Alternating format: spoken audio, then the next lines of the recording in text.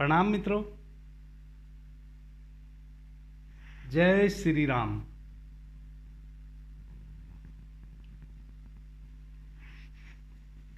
मित्रों, महर्षि पतंजलि के अष्टांगिक मार्ग का जो पहला सोपान है यम, उस पर बात कर रहे हैं। यम के 5 स्तंभ हैं।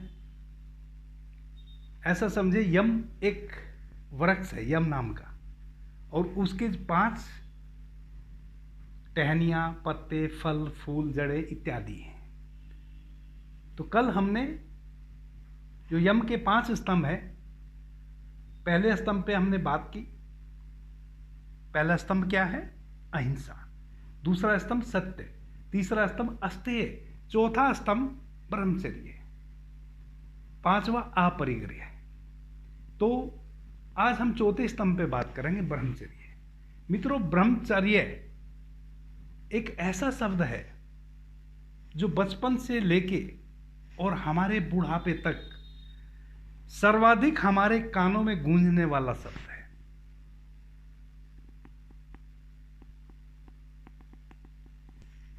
कोई ग्रंथ उठाओ, उसमें ब्रह्मचर्य का चर्चा मिलेगा। ब्रह्मचर्य के लाभ हानि, ब्रह्मचर्य क्यों जरूरी है। किसी बड़े बुजुर्ग के पास बैठो, वो ब्रह्मचर्य की शिक्षा देगा। आप स्कूल कॉलेज जाएंगे, वहां आपको ब्रह्मचर्य के विषय में जानने पढ़ने को मिलेगा। फिर ये ब्रह्मचर्य सदता क्यों नहीं? कुछ ही लोग क्यों ब्रह्मचर्य को उपलब्ध होते हैं?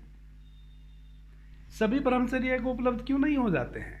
और ब्रह्मचर्य के पीछे का जो रहस्य है और उसके जो लाभ हैं, उस संबंध में जब हम पढ़ते हैं तो हमें अपने में दीनहीनता का एहसास होता है कि मैं कितना दीन हूं, मैं ब्रह्मचर्य का पालन नहीं कर पा रहा हूं।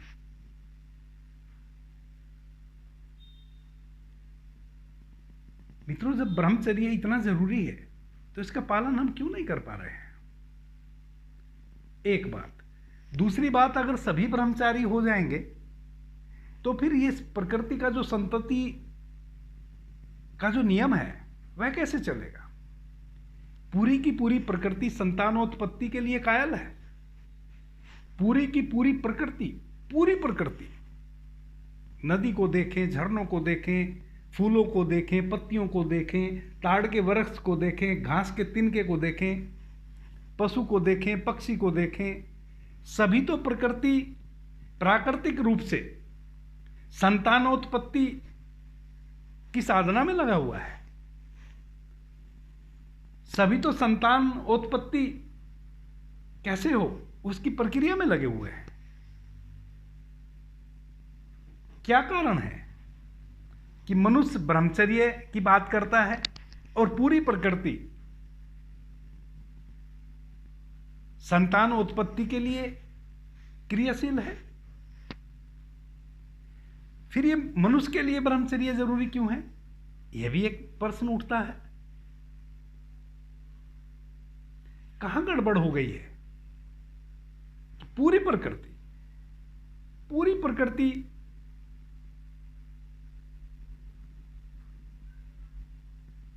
संभोग से ओतप्रोत है, सेक्स से ओतप्रोत है। एक नदी को देखो, समुद्र से वर्षा का जल वाष्पीभूत हुआ बादलों के माध्यम से, कहीं वर्षा जल छोटे छोटे स्रोतों के माध्यम से नदी में आया और नदी फिर समुद्र की यात्रा में निकल पड़ी। छोटी से छोटी नदी का भी अंतिम जो पड़ाव है, उसकी जो अंतिम यात्रा है, वह जो नदी बह रही है, कभी सोचा क्यों बह रही है? वह अपने पिया से मिलने के लिए बह रही है। पिया उसका कौन है? समुद्र। छोटी से छोटी नदी, एक छोटा सा नाला भी समुद्र से मिलने के लिए चल दिया है और पहुंच जाएगा। छोटी नदी बड़ी नदी में जा मिलेगी, बड़ी नदी थोड़ा और बड़ी नदी में जाके मिल जाएगी, और बड़ी नदी थोड़ा और बड़ी नदी में जाके मिल जाएगी। देखते हैं गंगा सागर तक, गंगा में कितनी नदियां विसर्जित हो जाती हैं गंगा को, और फिर गंगा सब के जल को, सारी नदियों को अपने साथ जोड़ते हुए गंगा सागर तक पहुंच जाती है, अपने पिया से मिलन कर लेती है, और फिर पानी वाष्पीभूत होता है, फिर बादल उसको उठाते हैं, फिर बादल बरसते हैं, फिर छोटे छोटे स्रोते एक नदी का रूप ले लेते हैं, वह नदी फिर बड़ी नदी का रूप ले लेती है, और बड़ी नदी और बड़ी नदी का रूप ले लेती है, और फिर उसकी यात्रा फिर अपने पिया से मिलन। जहां भी मनुष्य रहना शुरू किया है सदियों से, तो उसके इर्द गिर्द कुछ जीव जंतु स्वाभाविक रूप से आ जाते हैं, कुत्ता, बिल्ली, गाय, भैंस, बकरी इत्यादि। देखो उनके एक सीजन होते हैं, कुत्ते का एक सीजन है, बिल्ली का भी एक सीजन है, गाय, भैंस, बकरी का भी एक सीजन है। एक सीजन उनका आता है, उस समय वो संतान उत्पत्ति के लिए नर और मादा का मिलन होता है, और फिर उनकी संतति की क्रियाशीलता आगे चलती है। पूरा जगत में प्रत्येक, एक घास के तिनके को देखें, एक घास के तिनके पे एक छोटा सा फूल खिलता है, छोटा सा नन्हा सा, बिल्कुल नन्हा सा फूल, घास का तिनका। उस फूल के पराग को मधुमक्खी वहां से उठाती है, और ना जाने कितनी दूर तक उसकी सुगंध को ले जाती है। एक नन्हा छोटा तिनका वह अपने फूल के माध्यम से अपनी सुगंध को बिखेरता है हवाओं में, और हवाएं ना जाने कहां तक उसकी सुगंध को ले जाती हैं। कितने जीव जंतु उसकी सुगंध से श्वासित होंगे।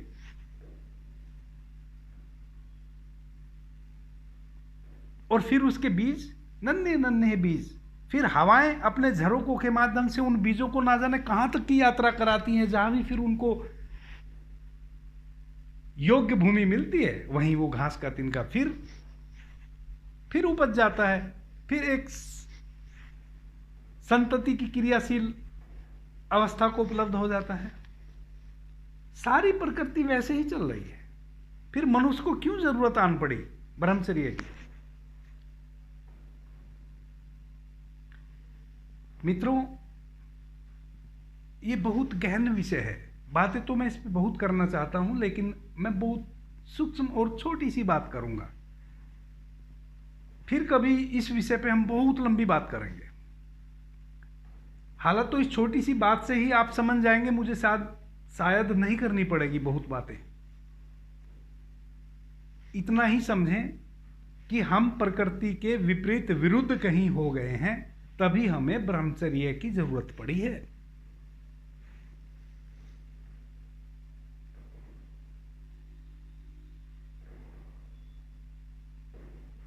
कैसे विरुद्ध हो गए हैं? कोई भी जीव जंतु ऐसी कोई स्थिति परिस्थिति अपने चारों ओर नहीं बनाया जिससे उसके अंदर अननेचुरली काम वासना घटित हो। मनुष्य ने बनाया। मनुष्य ने गंदी फिल्में बनाई, गंदे चित्र बनाए, गंदे उपन्यास बनाए,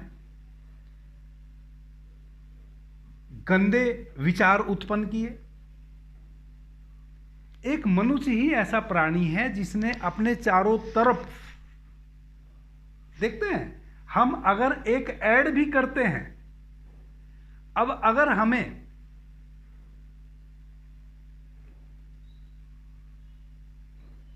जेंट्स वियर का भी ऐड करना है तो भी हमें एक स्त्री को खड़ा करते हैं एडवर्टाइज में।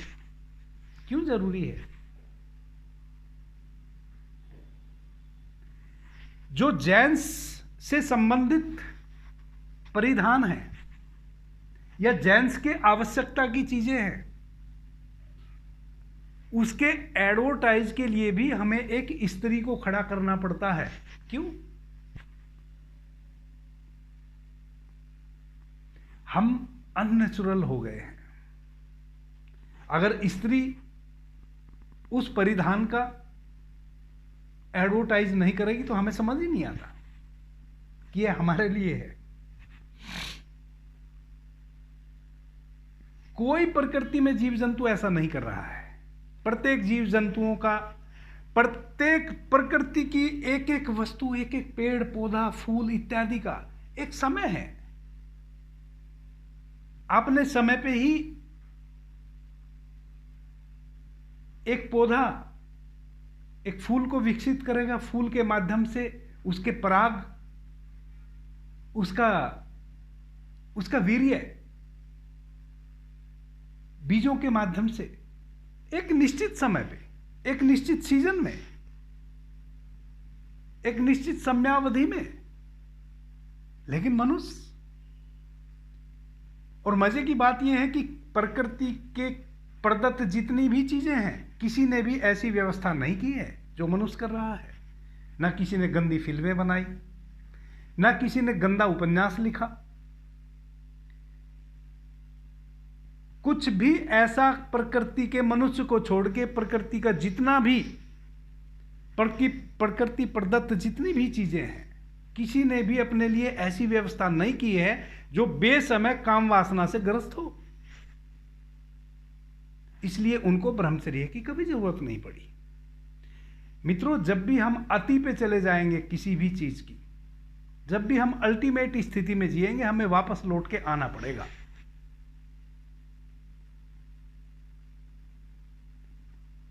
ब्रह्मचर्य का मतलब सिर्फ इतना ही है कि आप प्राकृतिक रूप से जिए, नैसर्गिक रूप से जिए, प्रकृति प्रदत्त जो व्यवस्था है उसके अनुरूप ही जिए।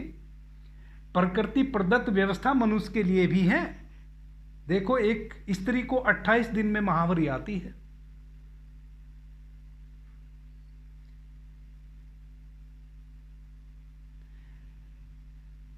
आठ से 10 दिन ही गर्भाशय का मुंह खुला होता है। महावरी क्यों आती है एक स्त्री को? गर्भ धारण करने के लिए।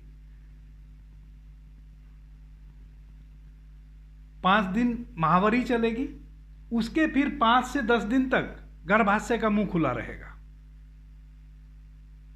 उसकी ओवरी में अंडा बनेगा।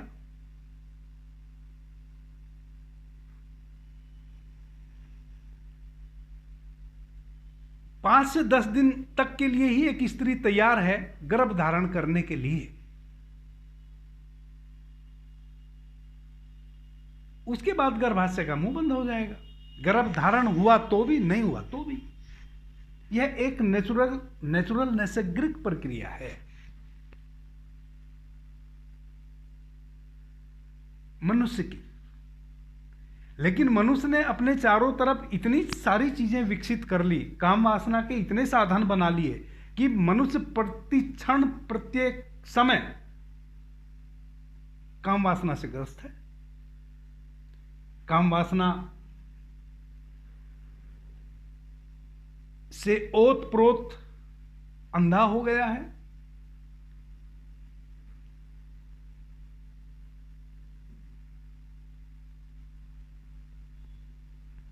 फिर उस काम वासना के अंधेपन में अपने आप को विनष्ट कर लेता है। हमारे ऋषियों ने जो ब्रह्मचर्य, वीर्य की शक्ति क्या है, इस संबंध में इतनी सारी बातें की हैं। ये जो हमारा ओज है, ये जो हमारा तेज है, ये सब वीर्य की शक्ति है। फिर ना हमारे पास ओज बचता, ना तेज बचता। हम निस्तेज हो जाते हैं। हमारा जो प्राण है वो स्थूल हो जाता है। हमारा जो प्राण है वह अपनी सूक्ष्मता को खो देता है। जब हमारा प्राण अपनी सूक्ष्मता को खो देता है तब क्या होता है? तब हम हीन हो जाते हैं, हीन भावना से ग्रस्त हो जाते हैं। तब हमें स्वयं पर ही भरोसा नहीं रहता। तब क्या होता है? कोई कार्य, कोई कठिनाई हमारे सामने आती है, हम घबराने लग जाते हैं। अरे ये मेरे से नहीं हो पाएगा। अगर वीर्य की शक्ति भीतर हो, वीर्य का तेज भीतर हो, तो एक संकल्प होता है भीतर। फिर हमें वह वीर्य धक्के मारता है भीतर से कि अरे तुझसे कैसे नहीं होगा, तेरे से ही तो यह कार्य होगा, तू ही इस कार्य को कर पाएगा। संकल्प का बल मिलता है, प्राण हमारा सूक्ष्म हो जाता है, रोमे रोमे में प्राण ऊर्जा फैल जाती है। यह ब्रह्मचर्य का लाभ है।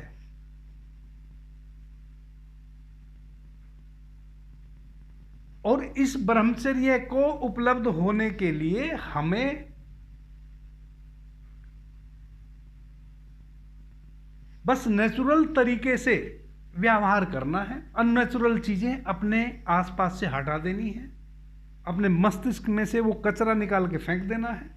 जो गंदी फिल्में देखने का एक बुखार है, जो गंदे बातें सुनने का, जो गंदी तस्वीरें देखने का, गंदे ग्रंथ पढ़ने का, यानी कि उपन्यास, इस तरह की कहानियां आज देखो टीवी में, कैसे कैसे हंसी के नाम पे मनुष्य को हंसाने के लिए कैसे कैसी सब सेक्स से प्रेरित सब कहानियां हैं, सब चुटकुले हैं, सब दो अर्थी चुटकुले हैं। यानी कि हम इतने दीनहीन हो गए हैं, हमें सहज बात पसंद ही नहीं आ रही है, सहज हम रहे ही नहीं, सहजता भरी चीजें हम लाइक ही नहीं कर रहे हैं। और फिर क्या होता है, जब हम इतनी दूर निकल जाते हैं अपने आप से ही इन सब चीजों के साथ बह के, और फिर कोई व्यक्ति ब्रह्मचर्य का पालन करता हुआ ओजस्वान तेजस्वी हमें सामने मिलता है, हम उसके चरणों में पड़ जाते हैं फिर, और फिर हमें ग्लानि होती है कि मैं ब्रह्मचर्य का पालन नहीं कर पाया। और जिंदगी का एक बहुत मूल्यवान क्षण भी आप खो बैठे। ब्रह्मचर्य का पालन बिना किए आपके प्राण सूक्ष्म नहीं हो सकते हैं, और जब तक सूक्ष्म प्राण आपके ना हो तब तक परमात्मा से आपका मिलन नहीं हो सकता है। तब तक आप अपना सांसारिक सुख भी नहीं को भी उपलब्ध नहीं हो सकते, और आध्यात्मिक सुख को भी उपलब्ध नहीं हो सकते। लेकिन ब्रह्मचर्य का यह मतलब नहीं है जैसी परिभाषा आपने गढ़ ली है।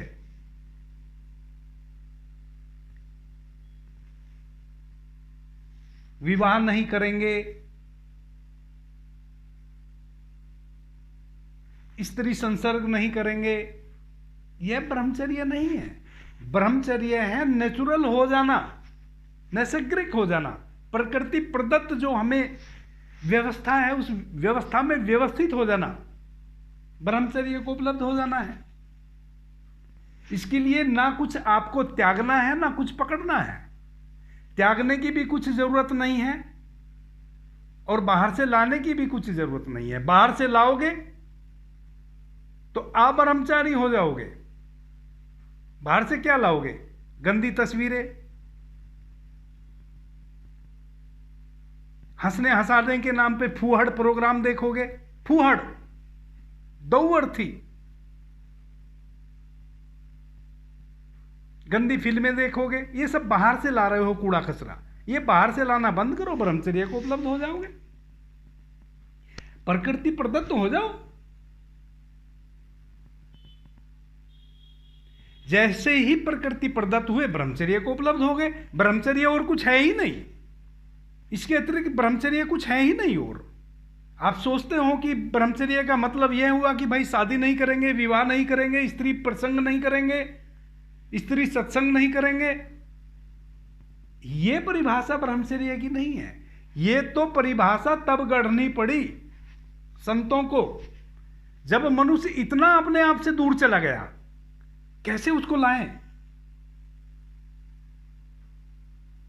तब फिर कॉन्स्टिपेशन की बातें करनी पड़ती हैं कि भैया अब आ जा,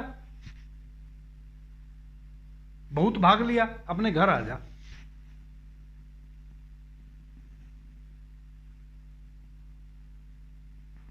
मैं समझता हूं सभी मित्रों को मेरी बात समझ आ गई हो गई।